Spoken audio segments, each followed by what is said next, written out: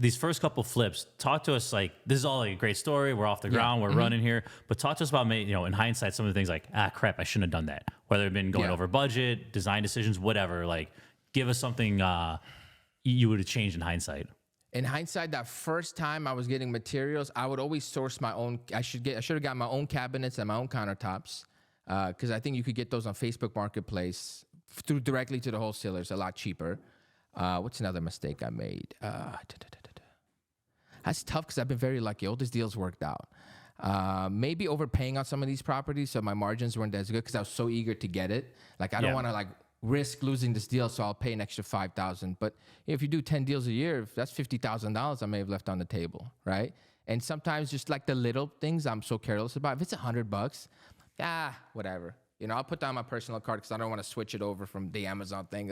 Like little things like that I think are definitely going to pile up. And then in the beginning, tracking my expenses. My God, it was the most excruciating thing in the world. Because when you're doing one flip, every charge on that credit card is for that one flip. The second I'm doing two at a time, I'm like, oh God. And then you bought things for one on one receipt on accident because it's easier. So that's exactly what happened. I bought floors for both properties. I bought the same floor for both properties and some tile. Now I'm sitting there, I'm like, I spent $4,000, but what is what? Oh man, and then if you have a profit share split with your investors, that could get dicey. Yeah. And I got lucky; those weren't profit share splits. But I was like, oh God. That stressed me out. So now I have I'm the spreadsheet guy now. I have everything dialed in. I have every penny tracked for, so that way I know exactly how much money I made. Especially when I did my taxes, it counts like, so what happened here? I'm like, give me 2 hours. I'm gonna go over here, come right back. Yeah. Are you using just a spreadsheet or are you using any sort of software or anything like that? Right now, just a spreadsheet. Just because we're doing 10, it's really not that complicated yet. But eventually, maybe I might do some software. Yep. All right. So are we still doing mailers for dealers? Absolutely. All right. How's that going? Same. Phenomenal. So I do about 2-3 month campaigns a year, and I always just end up getting anywhere from like 3 to 5. Same mail house, same original guy you've been Same everything, same everything. They're a little slow.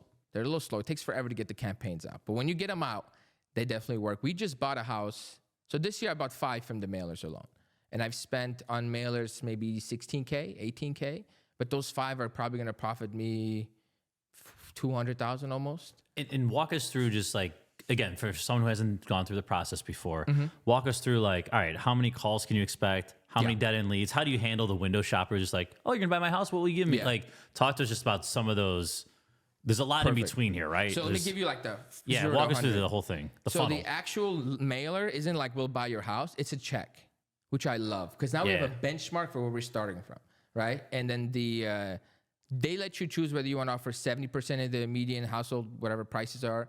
I do 85%, so I get more calls. So if someone picks up the phone and calls me on that mailer, they're already accepting less than generally houses around them are selling for. So I'm getting pretty warm leads right off the bat. So not too many tire kickers. A lot of them just want what's on that check.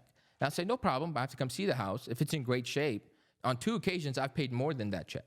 Because I'm like, oh, this needs like $5,000 worth of work. And the mail house they're able to template that out where they're mailing it out and they're pulling that data based on the, wow, that's great. When I found that, I was like, this is incredible. We had 𝗦𝘃𝗲𝗏 on, I can't remember what episode, but he has the same thing. He does it for apartment buildings in North Carolina, and they have whatever software they buy. It says, it's an offer. It comes like a 3-page offer of like, this is what we're going to offer, subject to due diligence period, but same thing. You get the like a check at the bottom. That's cool. It's like almost like the IRS has sent you a refund. Yeah. A few people call it like, I don't want to cash it. I'm like, thank you, because I can't lose $200,000 randomly. Because it says this is not a check somewhere in very small fonts, right? But so when they call, I already have the benchmark. So then I get the address, the bedroom count, like the spec of the house, and I set an appointment right away. Right? It's usually within a day or 2 from when they called me, sometimes day of. And your goal is to get out there as fast as you can. As fast as you make possible. And then I just do my comps in between. So when I get there, I already kind of know in my head.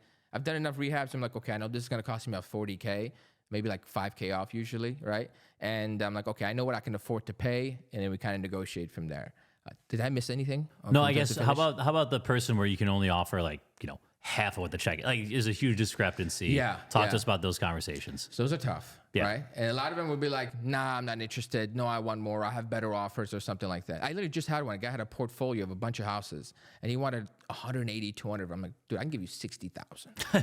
He goes like, I'm like, well, how am I going to make any money if I give you 180? So a lot of it is like, A few people have given me death threats, I will say. I get a few calls. Like, I had some guy say he's going to put money on my head. That was an interesting call. And a few people said, you're a scumbag. I'm like, dude, just throw it away. Yeah. So those, I don't really deal with those. Because, I mean, listen, if you're going to call and insult me, like, I'm not really interested in that. Well, I get it. I like, sometimes I get a call like, you're wasting my time with this mailer. And I was like, this phone call definitely took longer than just throwing it out. You left a 45-second voicemail. Just rip it and go home. You know, like, it's not like I don't get the same mailers every day. Listen, I know you hate me now. You're really going to hate me after I say this. When I see the house, it's going to be crazy. But a lot of them are super nice because if they call me, they already like the offer. I'd say 90% already like the offer. And that's when I get there. It's like, how bad of condition is this in, right? And I'm usually able to get whatever the price is, and I try to get 20K less than that, right? That's usually where the math always ends up. And they've been super easy. A lot of my sales are like lay down closes. There was one lady that wouldn't budge though. She had me up $19,000 for no reason. I was trying to get it for $130,000. It was an Oak Lawn, double lot, 3-bed, 1 bath. And I was like, we can't pay more than $135,000 for this. I go in at $130,000. She's like, no. I'm like, damn. She's like, I got somebody coming right now. She already offered $150,000. And that's where I'm like, I get a little anxious. I'm like, I don't want to lose this deal for some stupid stuff, right? And we paid $149,000. There you go.